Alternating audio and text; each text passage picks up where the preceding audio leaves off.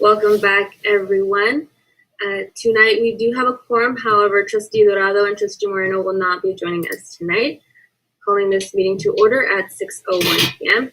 At approximately 8:30 p.m., the Board of Education will determine which of the remaining agenda items can be considered and acted upon prior to 9 p.m.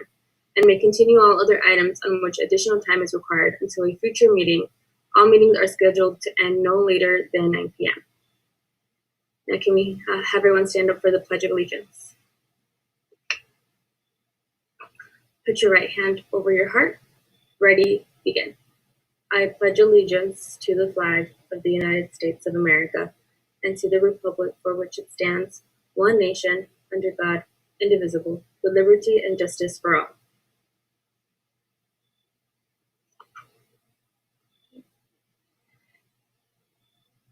And before we start our meeting today, I would like to pull agenda item 8D2 tonight.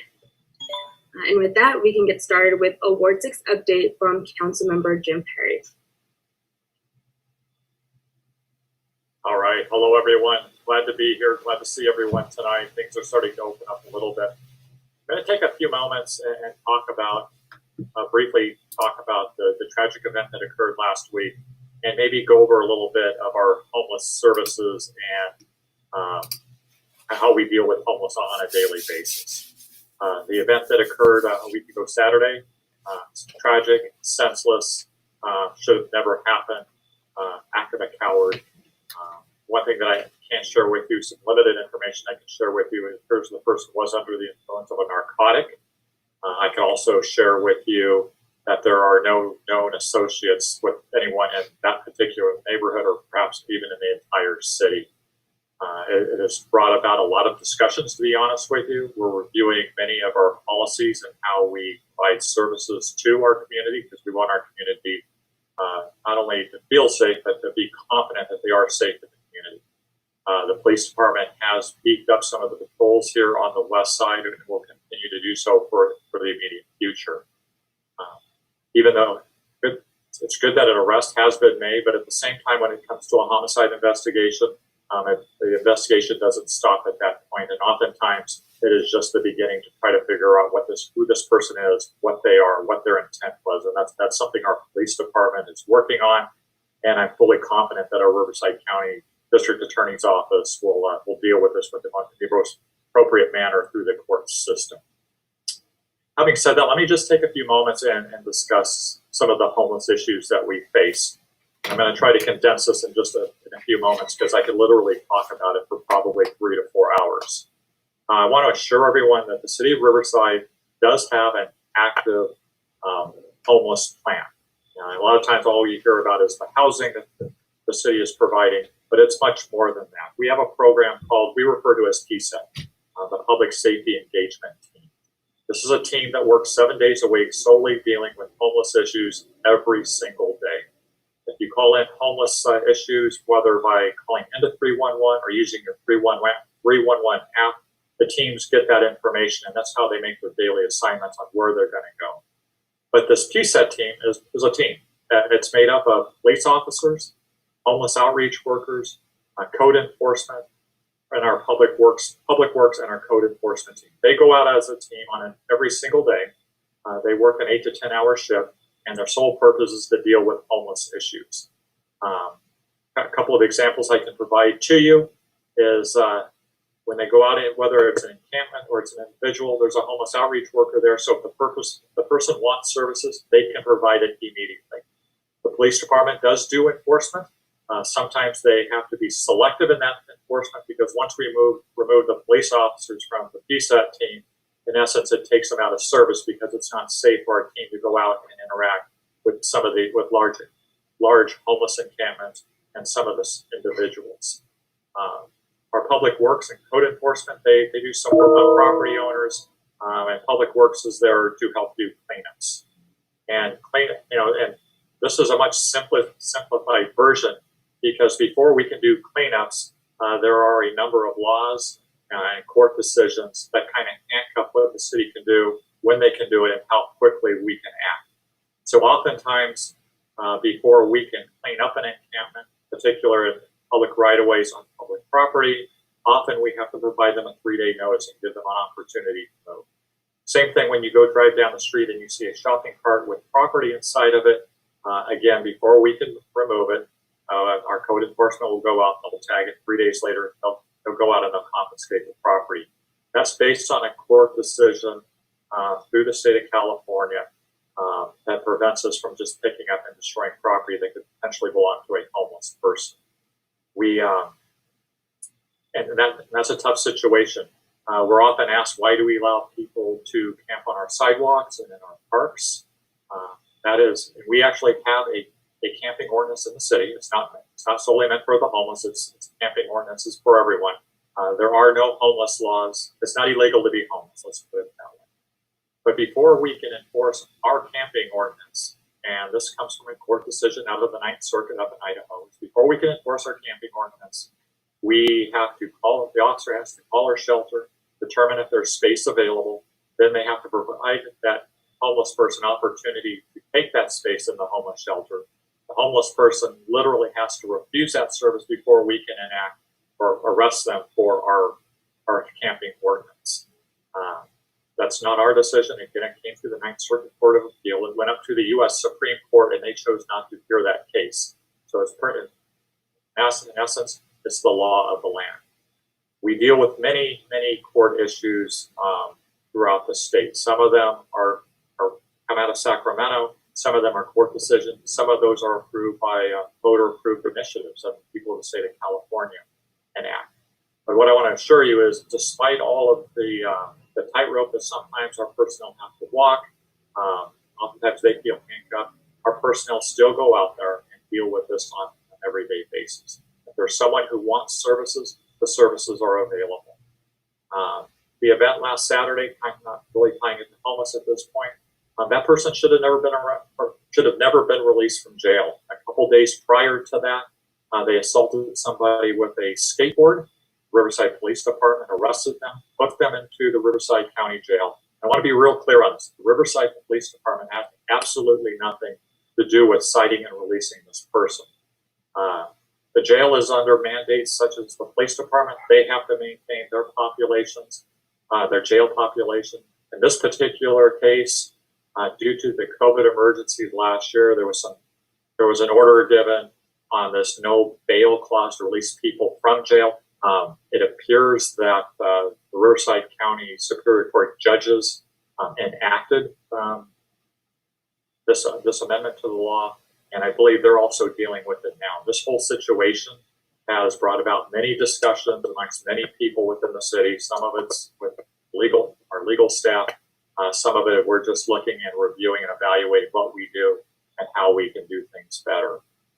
A couple other issues we deal with on the homeless on a daily basis. We have individuals, or we have property owners who are tolerant of the homeless, and they allow them to stay on their property, and they allow it until it gets so large that then they want us, the city, to come and clean it up.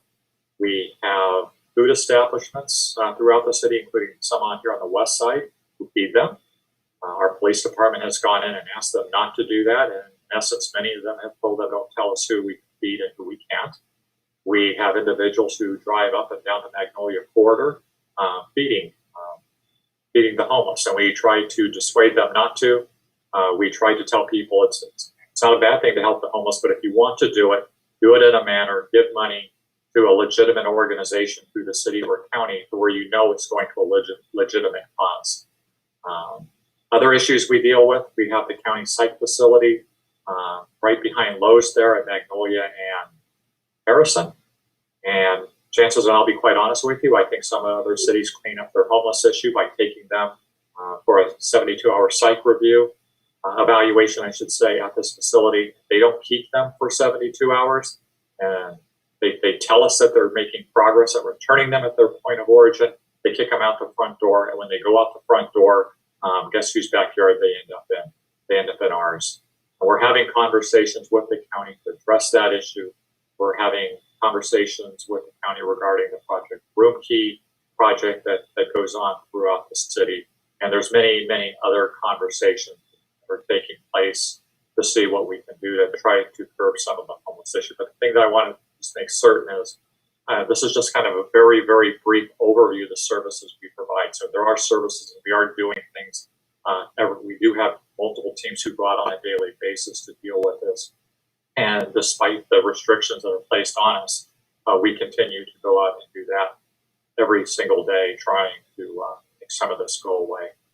One of the other, and I spoke about the gas station in Magnolia and La Sierra a few times, what I can't share with you. We started litigation with that property owner last year. It went to mediation here just a couple months ago. And what came out of these court proceedings is, one, he has to clean up the property. Two, he has to start doing some landscape, which he's done. He has to provide some lighting on the building. He's provided that, but it's solar lighting, and it probably isn't producing the amount of light that it's supposed to.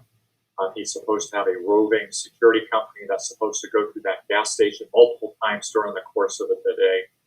And he is in the process of getting permits through the city so he can demolish the 2 large canopies that are out there. That might take a little bit. He has to get another permit through the AQMD because of potential asbestos and canopies that are out there. So that's a very brief, very fast overview of what happened last Saturday, and a very, very brief overview of the homeless services that we provide. Like I said, I could talk for probably 3 hours on this. Other than that, school's open. That's a good thing. It's nice to see students on school grounds again. We haven't been to an actual site yet. We've driven by a few. We've interacted with a couple principals on a couple projects that we have going. So those are all really good things that are happening. Next Saturday at Bryant Park, not this Saturday, but 9 days from now, there is going to be another food distribution program at Bryant Park. I believe that runs from 2 in the afternoon until 5 in the evening. So that's a very brief overview. Hopefully I didn't take up too much time, but I will also share with you. I don't talk politics when I do these type of presentations, but I will share with you that yes, for those of you that heard the rumor that there is an election here in Riverside, and yes, I'm running for re-election, and yes, I don't have an opponent. So yes, I think you're stuck with me for another 5 minutes. And with that, I will draw my presentation to a close. I would just like to say, just real briefly, just to thank you very much, Councilman Perry, for being here and explaining that to us, because that is something that's coming across all of our desks and phone calls. And I just want to share with everybody that Councilman Perry comes here, but Councilman Perry also walks, and he is running for re-election, and we are walking. I have had the privilege of walking twice with him now. And yesterday we were walking together, and he speaks to every single community member and one gentleman had us there for 40 minutes, Councilman Perry?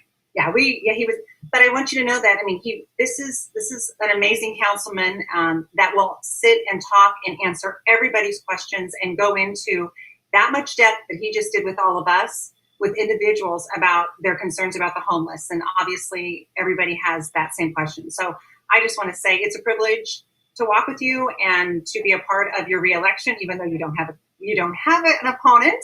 But again, that just shows you the standard of this gentleman. He's just so, he's still out there and acting like he has an opponent and servicing his community. So it's a privilege, and we thank you for being a part of Alvord. And it's really, thank you so much for sharing and being so open and honest with us, Jim, and with all the community. It's a blessing to us. So thank you very much. You're welcome. I'll pay you your fee the next time I see you. You got it. Diet Coke, in Diet Cokes. And perhaps one of the things we should probably do, since this impacts everyone, we should probably maybe make arrangements for a representative from our public safety engagement team, maybe come to a board meeting one night and maybe do a presentation, because there's a lot of people who don't think we're doing a whole lot, and in fact we are. And despite the complaints that we get, I try to talk to individuals, because once I kind of go through this process, it literally takes about 45 minutes on a good day. It alleviates a lot of the frustration and tension that's out there. And then that's something the entire council and our staff and our personnel do on a daily basis. Thank you, Councilmember Perry.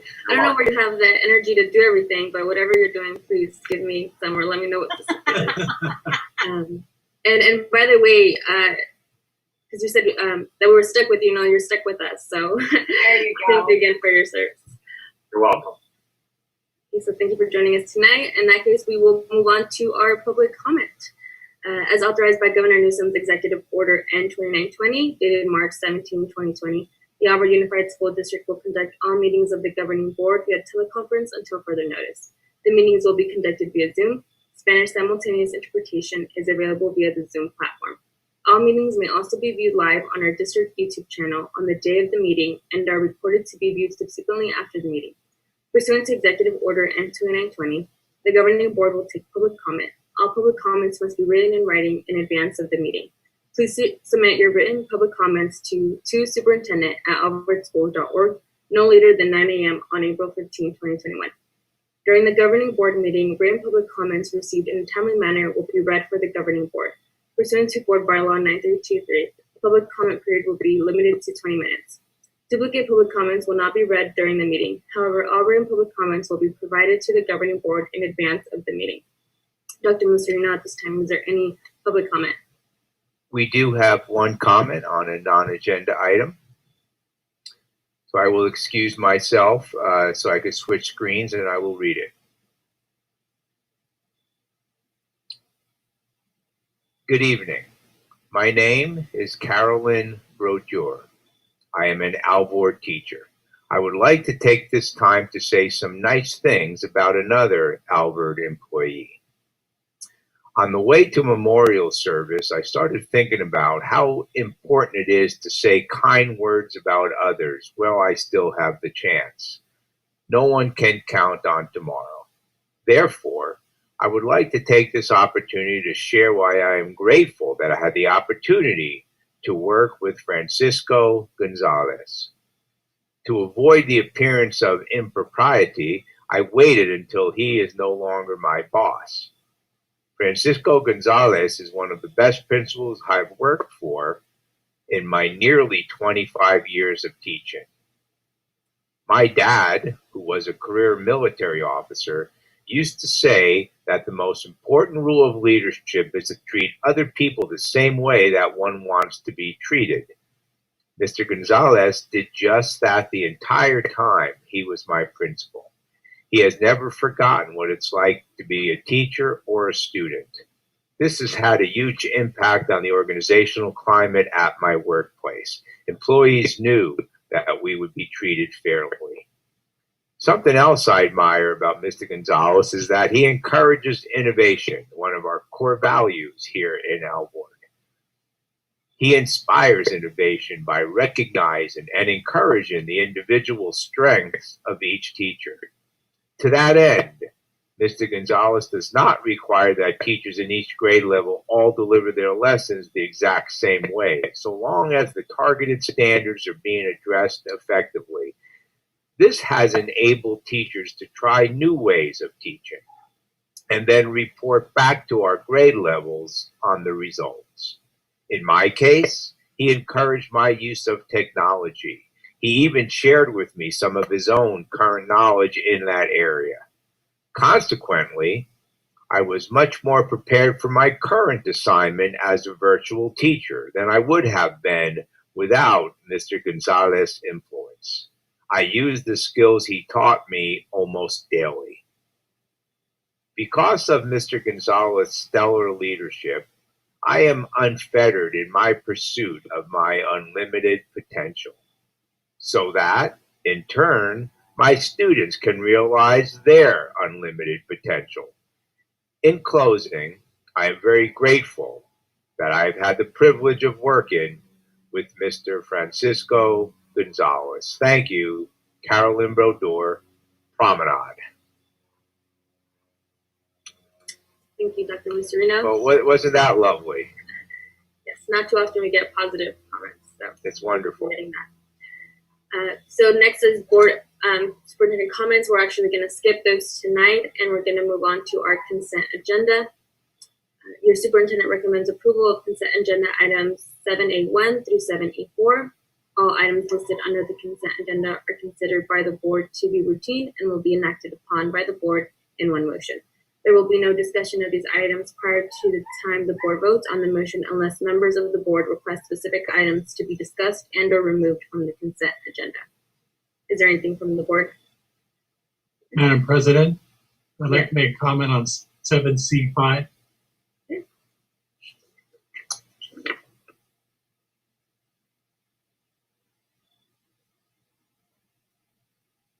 We're really lost.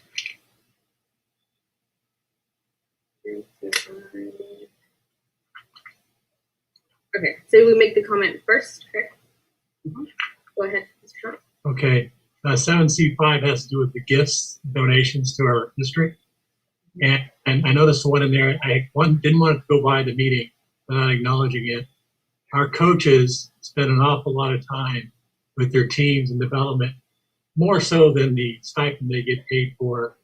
And we have a football coach in North Vista, Mr. Ken Baddorf, who has put in 25 years, 26 years, the longest tenured coach in the Riverside County area for football. He's done an amazing job.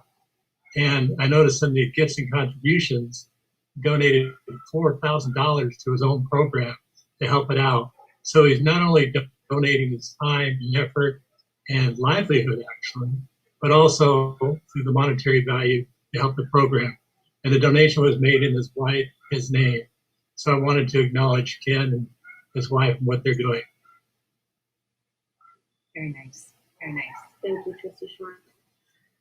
Can I have a motion? So moved.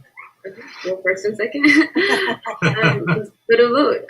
Trustee Wilson, Aye. Trustee Schwann, Aye. and myself is an aye. So agenda passes. The consent agenda passes.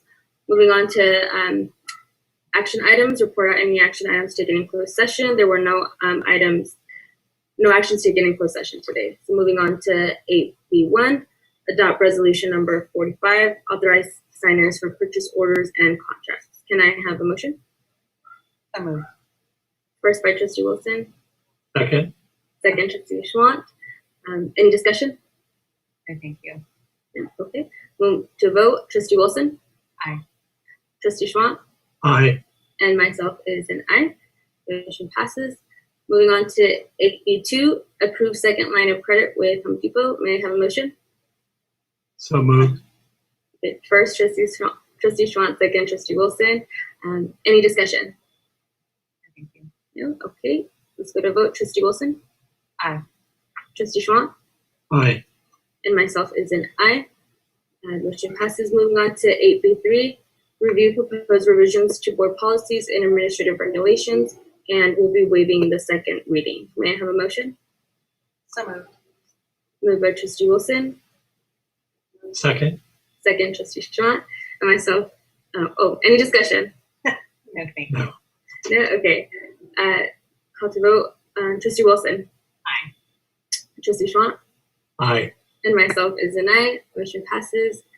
Moving on to 8C. 8C1, review proposed revisions to board policies and administrative regulations, and we'll be waiving the second reading for this as well. May I have a motion? So moved. I'll second. Okay, first Trustee Schwann and second Trustee Wilson. Any discussion? No, thank you. No? Okay, moving on to a vote. Trustee Wilson. Aye. Trustee Schwann. Aye. And myself is an aye. Motion passes. Moving on to human resources. 8D1, approve personnel order number 14-2020-2021. May I have a motion? So moved. Move Trustee Schwann I'll second. and second Trustee Wilson. Any discussion? No, thank you. Okay, so no discussion? Great.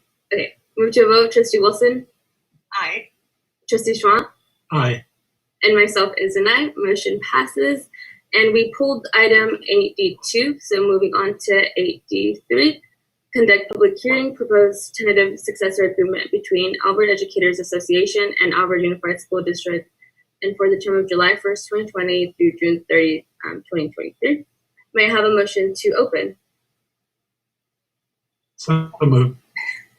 I'll second. First, Trustee Schwann, and second, Trustee Wilson. Any discussion? No, thank you. Okay. Go to a vote. Trustee Wilson? Aye. Trustee Schwann? Aye. And myself is an aye. Was there anything for this item, Dr. Mustarina? No? Okay. So in that case, we are going to close. May I have a motion to close the public hearing? So moved. Okay. First, trustee Wilson, second, trustee Schwant. Any discussion? Thank you. Okay. We will move to vote. Trustee Wilson? Aye. Trustee Schwant? Aye. And myself is an aye. Okay. The public hearing is closed. Moving on to AD4, accept the proposed tentative successor agreement between the Alvord Educators Association and Alvord Unified School District for the term of July 1st, 2020 through June 30, 2023. May I have a motion? So moved. Moved by trustee Schwant I'll second. and second, trustee Wilson. Any discussion? Thank you. No discussion. Okay. Moving on to a vote. Trustee Wilson? Aye. Trustee Schwant? Aye. And myself is an aye. Motion passes. Now on to AD5. Conduct public hearing, public disclosure of the amendment to Memorandum of Understanding, School Reopening Instruction Guidelines, and Safety Guidelines between Auburn Unified School District and the Alvord Educators Association. May I have a motion to open the hearing? So moved. Okay, first, trustee Wilson, Second. and second, trustee Schwant. Any discussion? Thank you. No? Okay, to vote, trustee Wilson? Aye. Trustee Schwant? Aye. And myself is an aye. So the public hearing is open. Dr. Musarina, was there anything? There is not, Madam President. Okay, thank you. In that case, we'll close. May I have a motion to close the public hearing? So moved. So moved. First, trustee Schwant, second, trustee Wilson. Is there any discussion? Thank you. No. Okay, so move on to vote. Trustee Wilson? Aye. Trustee Schwant? Aye. And myself is an aye, so the public hearing is closed. Moving on to AD2, approve amendment to Memorandum of Understanding between Auburn Unified School District and the Alvord Educators Association, School Reopening Instruction Guidelines, and Safety Guidelines. May I have a motion? So moved. First, trustee Schwant, and second, trustee Wilson. Any discussion? Thank you. No. No? Okay, moving to vote. Trustee Wilson? Aye. Trustee Schwant? Aye. And myself is an aye. Motion passes. Moving on to 8D7, approve management compensation for 15 additional hours to assist with reopening of schools. May I have a motion? So moved. So moved. Moved by trustee Wilson, second, trustee Schwant. Any discussion? No, thank you. No? Okay, moving on to a vote. Trustee Wilson? Aye. Trustee Schwant? Aye. And myself is an aye. Motion passes. Moving on to discussion and information items from HR 9A1, third quarterly report on Williams uniform complaints. Dr. Presby. We have no William complaints during this quarter. Okay, thank you, Dr. Presby. Wow, well, we went through that fairly quickly. At this moment, trustees, I ask that we adjourn tonight's meeting in memory of Angelo Angel L. Lopez. Mr. Lopez is the father of our dear colleague on the board, Trustee Moreno. I ask that you keep Mr. Lopez and his family in your thoughts and prayers. May I have a first? So moved. So moved. Okay, first by Ms. Wilson, second Schwant. All in favor say aye. Aye. Okay, thank you so much. Meeting adjourned at 6:30. Good night. Night, everybody.